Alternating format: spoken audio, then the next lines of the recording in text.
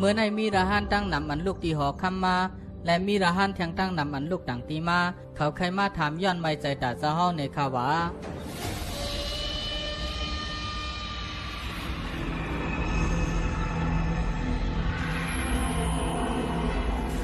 เจ้านายสอนให้ราหันเขากูเจ้าให้มออยู่เศร้าเปียงปอหันใจอำตับโล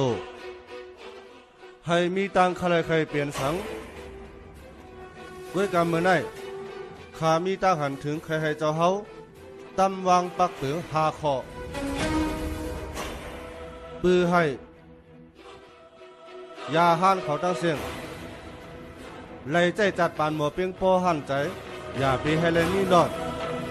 ใจติดหอยอีสัง